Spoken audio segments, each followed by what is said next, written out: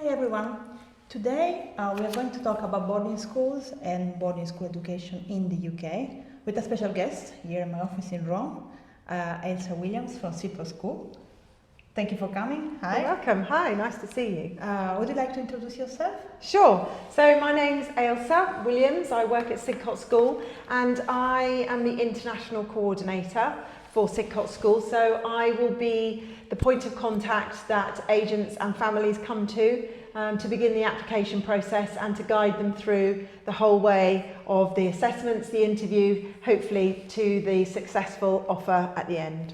Okay, thank you. I usually get, of course, lots of requests about how boarding school is, why to come to boarding schools, and all things around that topic. So I would like to start about student life in boarding schools. Students ask me about which is living in the boarding school like, what is living in the boarding school like, the typical school day, the weekend. Would you like to talk about that and in your school specifically? Absolutely. So all students are very well looked after all throughout their care at Sidcot. From the moment they apply to the moment they leave us with their qualifications, we're very much a family orientated school. So it's not just about the students, it's about the families being part of the students' whole experience as well. A boarding student will always have a house parent and a matron to look after them when they are at school. So during the school day, they will get up, the boarding house parent will wake them up, they'll go down for breakfast, they will then come back from breakfast and start their school day at 8:30 in the morning. And then throughout the day, they have 2 registrations at school where they have a tutor who will be there every morning and every evening or every afternoon, who will be another point of contact if the student ever needs any assistance or any care or any help with anything aside from their lessons. The school day normally finishes at just before 4 o'clock. They then return to their boarding house where there'll be a matron waiting to see them. And then the boarding house parent will be available every evening, every weekend to help the students if they have any issues or just basically to be their mum or dad for the weekend. And the boarding school, the boarding house parents, I just remind that they live in the school. They live there, absolutely. And we always all night, every day. All night, every night. There's always 2 members of staff in the boarding house. If there's ever an emergency at night time, one member of the boarding staff will take the student to a hospital or for the extra care that they need, and there will always be another member of staff supervising in the boarding house. So the students are always supervised at all times in the evenings and at weekends. And in which way is different the school day to the weekend day? So a school day will obviously have lessons. The weekends we don't have lessons on a Saturday. Okay. Sidcot has something called Sidcot Saturday, which is an extra creative activity that we provide to ensure that there's a bit of structure to the weekend for students. So they will still get up, have breakfast. Sidcot Saturday is then an hour and a half of an activity of their choice. So they can choose to do something fun. It's not academic, it's something fun and creative. They will do that before lunch, then they will have lunch, and then there are optional activities or excursions that can be done in the afternoons. And also on a Sunday, there are trips available to students, optional trips if they wish to go away from school. Some, for example, they can go trampolining, they can go to the cinema, they can go to visit museums, they go surfing, Harry Potter world. There's lots of things that are available. And our head of boarding, she prepares the weekends long in advance. So as soon as the students arrive at school in September, they will know what they're going to be doing every weekend for the next term and the next term and the next term, which incorporates the whole academic year. As we talk about extracurricular activities, I remember that Sidcot has an equestrian centre. So would you like to talk about this? Absolutely. So the equestrian centre is a huge plus for Sidcot. We're so lucky. It's located in the heart of the school. In fact, from 2 of the boarding houses, you can see the equestrian centre. So any students that do decide to bring their own horses with them may be lucky enough to actually see their horses from their boarding house. You can get to the site within about a minute's walk from the main building of the school, and students are able to ride at lunchtime after school or at weekends. So we have two different options. Students can either have their own horses in full livery, or students who don't have their own horse can ride our school horses at school, or we also offer another alternative where we take them to a local stable. So there's plenty of variety. Any students that do have their own horse are also invited to join our very successful equestrian team, who travel all over the country to the national competitions and do very well. We have been very successful, so we're very proud of our team. They're a great bunch. That's why I asked. They're very friendly as well. It's a fantastic group of people to be with, and our equestrian manager she's very proud of all of them. Yeah, no, and that's why I asked, because I remember about how good is the equestrian centre. And we're very lucky to have it. There's not many in the UK that have it. So it's for any of your students that do love riding, it's definitely worth thinking about. Yeah, I know. Turning to parents, which are another important part of the conversation. Of course, their question relies more. It's about support. All kind of support. I mean, how a boarding school supports students which are away from their family, from their parents. Of course. So our boarding parents effectively are a surrogate mum and dad. Okay. So it's very important that there is a relationship between the families and the boarding house parents as well. What we try to do is keep parents updated as much as possible.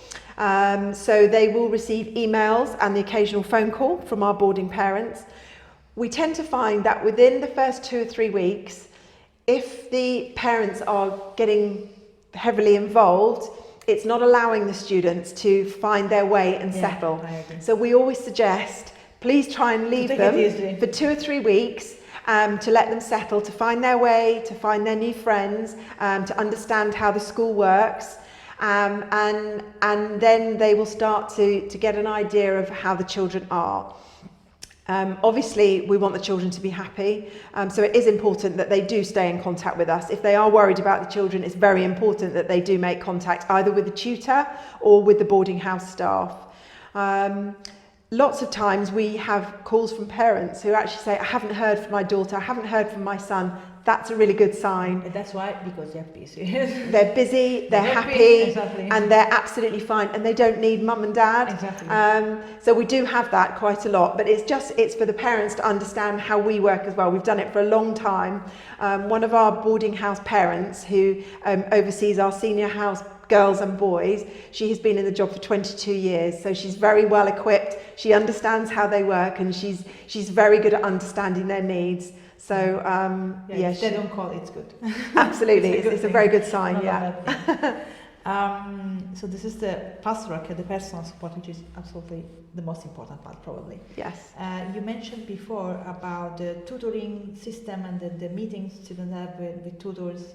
Yes. So more on the side of the academic support and like university preparation, that kind of thing. How do you check on progresses of the students? So all students all throughout the year groups, they will all be given end of year reports. Okay. And some year groups also get end of term reports.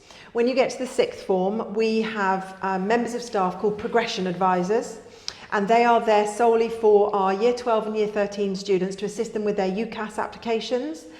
To also assist them with their aspirations in terms of what they want to do and what they need to be thinking about, concentrating on, and which specific universities might be right for them. For example, the Russell Group universities, which we have lots of students go to. If they are creative, if they wanted to go to specifically an art, drama university. So we have a specific lady, a careers advisor, who is on hand every day, all day, every day, as well as our head of sixth form, and they collaborate to ensure that all the students have one-to-one time with them to talk them through how they're feeling about their future and what they need to do. And we have milestones and deadlines where obviously UClass applications need to be completed by and submitted, but they are covered and they are assisted the whole way through. From the beginning of year 12, in fact even before then, because obviously some students know exactly what they want to do. Job. It starts very early. We said lots of information for students and parents.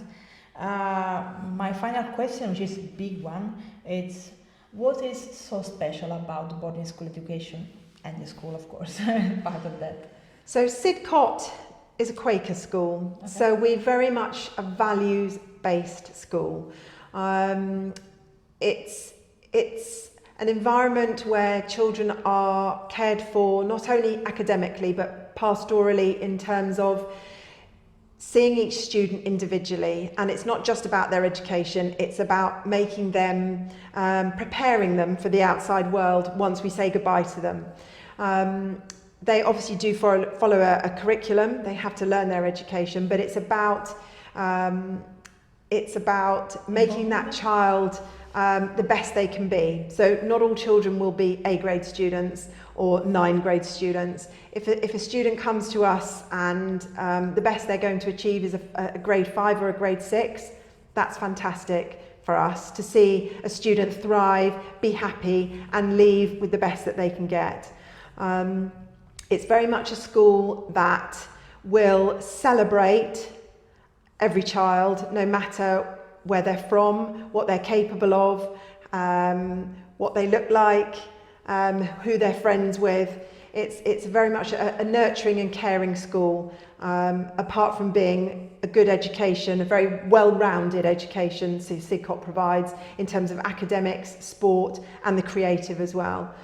So if you do have any students or anybody that's very much an all-rounder, or whether they are very good at drama or art or riding, or they are academic, it's definitely a school to consider in terms of just getting the best out of somebody.